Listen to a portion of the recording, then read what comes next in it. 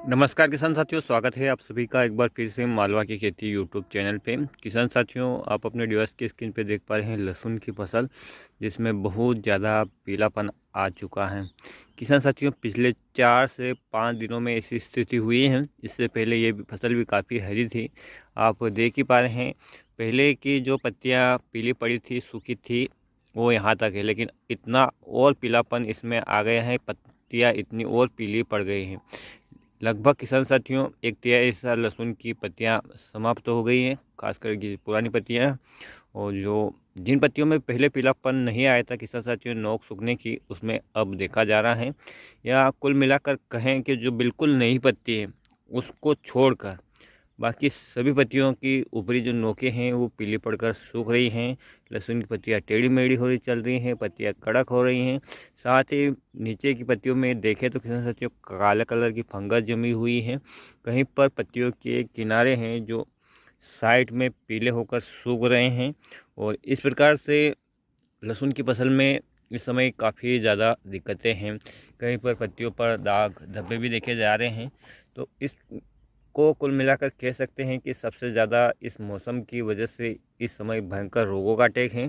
साथ ही किसान साथियों, यदि हम ध्यान से देखें तो हमारी फसल में थ्रिप्स का भी भयंकर अटैक हमें इस समय दिख रहा है। जैसा आप स्क्रीन पे देख पा रहे हैं किसान साथियों, बहुत ही ज़्यादा मात्रा में अभी थ्रिप्स हो चुके हैं और इनको कंट्रोल करना बहुत ज़रूरी है। तरह तरह की दवाइयाँ बाज़ार में उपलब्ध हैं, लेकिन किसान साथियों इस कोहरे की वजह से अच्छा रिज़ल्ट नहीं मिल पा रहा है, क्योंकि मौसम ही साफ़ नहीं है। और रोगों और कीड़ों के बढ़ने के लिए ये जो मौसम है काफ़ी ज़्यादा अनुकूल है। आप जब पौधों की घबोट में देखेंगे तो किसान साथियों आपको काफ़ी ज़्यादा मात्रा में थ्रिप्स हैं वो दिखाई देंगे, पीले कलर के, और कुछ वयस्क जो थ्रिप्स हैं वो काले कलर के। देखिए भरपूर मात्रा में, अभी किसान साथियों कैमरे में पूरे के पूरे नहीं आ रहे हैं, अभी तो इस पत्ती के अंदर भी छुपे हुए हैं। आप पत्तियों पर देख ही पाएंगे किसान साथियों किस प्रकार से स्केच पड़ चुके हैं। ये जो आप देख रहे हैं, ये इस प्रकार से ये यहाँ से इन्होंने खुरच कर रस पी लिया है और फसल की जो बढ़वार है बिल्कुल रुक चुकी है।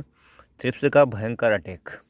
इसलिए किसान साथियों, आप सोच रहे हैं कि मैं कोई साधारण सी दवाई डाल दूँगा और थ्रिप्स कंट्रोल हो जाएगा, तो ऐसा बिल्कुल भी नहीं है। कुछ मात्रा में यदि थ्रिप्स रहते हैं तो हम साधारण से जो फंगी इंसेक्टिसाइड हैं, जैसे प्रोपेनोसाइफर, क्लोरोसाइफर या अन्य कोई गैस वाली दवाई के साथ किसी और को कॉम्बिनेशन बना लेते हैं। लेकिन किसान साथियों, ये जो थ्रिप्स इस समय हमें जनवरी में दिख रहे हैं, अक्सर हमें फसल की जब लास्ट स्टेज होती हैं, फरवरी का एंड और मार्च का जब चलता है, तब किसान साथियों उस समय तापमान बढ़ जाता है, तब दिखता है। लेकिन इस वर्ष जो मौसम है बिल्कुल कीटों और रोगों को फैलने के लिए अनुकूल है और किसान का बिल्कुल साथ मौसम नहीं दे रहा है। इस समय किसान साथियों थ्रिप्स के साथ रोगों का भी अटैक है, तो हमें दोनों को ख़त्म करने के लिए कॉम्बिनेशन बनाने होंगे। और आप सोच रहे हैं किसी एक स्प्रे से हम इनको कंट्रोल कर लेंगे, तो ऐसा बिल्कुल संभव नहीं है।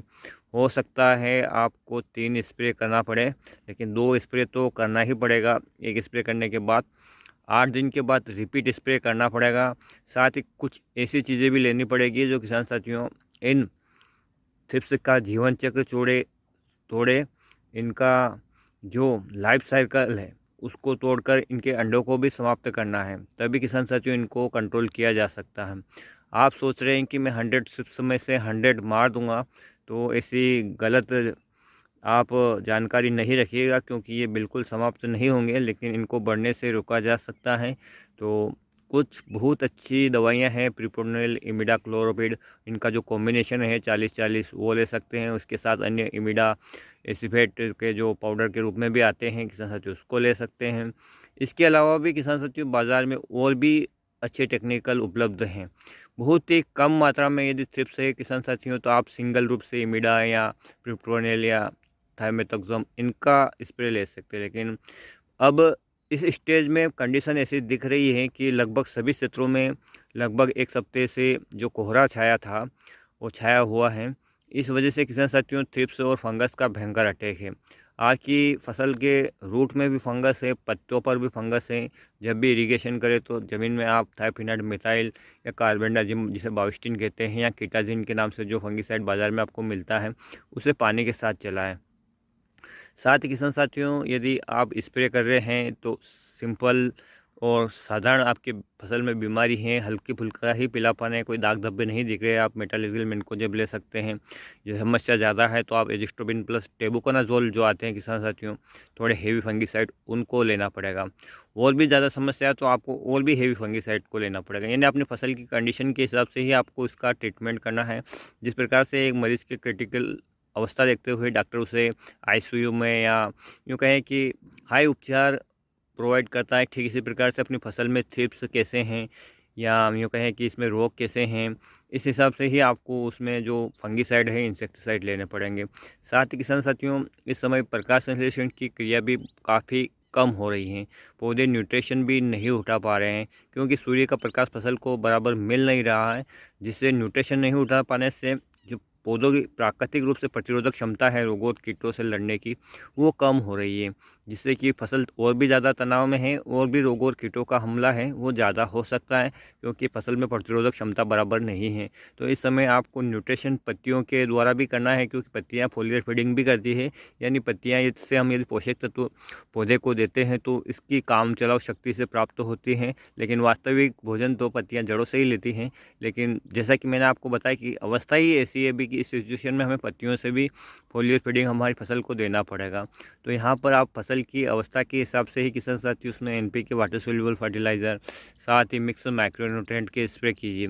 एक insecticide fungicide mix micronutrient NPK water soluble fertiliser का स्प्रे आज कीजिए तो 8 से 10 दिन बाद किसान साथियों उससे रिपीट कीजिए।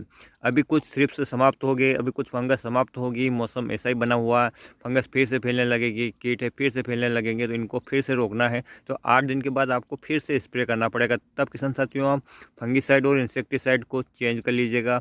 वाटर सोल्यूबल फर्टिलाइज़र भी आप फसल की अवस्था से वही या दूसरा चेंज कर सकते हैं और चिपको आपको ज़रूर लेना है। और स्प्रे करते समय किसान साथियों इस बात का ध्यान रखिए कि जब पत्तियों से ओस खत्म हो जाए उस समय स्प्रे करना है और जब पत्तियों पर ओस नहीं चढ़े शाम के समय उससे पहले पहले स्प्रे करना है। पानी की मात्रा भी काफ़ी ज़्यादा लेना है। यदि आप इरिगेशन करने वाले हैं किसान साथियों और स्प्रिंकलर सिस्टम अभी आपके यदि खेत में लगा है तो आप वहां पर जो पशुओं का मूत्र गौमूत्र हो उनको इन फव्वारा सिस्टम में जैसे वेंचुरी सिस्टम से चलाते हैं वैसे चलाइए। जब गौमूत्र किसान साथियों इन पत्तियों की गबोट में जाएगा तो भी आपके थ्रिप्स हैं कंट्रोल होंगे और जो नीचे गिरेगा ज़मीन पर तो वो पोषक तत्वों के रूप में आपकी फसल को मिलेगा। हमें एक ही तरीका नहीं अपनाना, हमें अलग अलग तरीके भी अपनाने हैं। जैसे कि आपको यदि मैं कहूँ तो यहाँ पर आप जो स्टिकी ट्रैप आते हैं, येलो स्टिकी ट्रैप, जो किसान साथियों उनको भी आप अपनी फसल की हाइट के हिसाब से चिपका सकते हैं।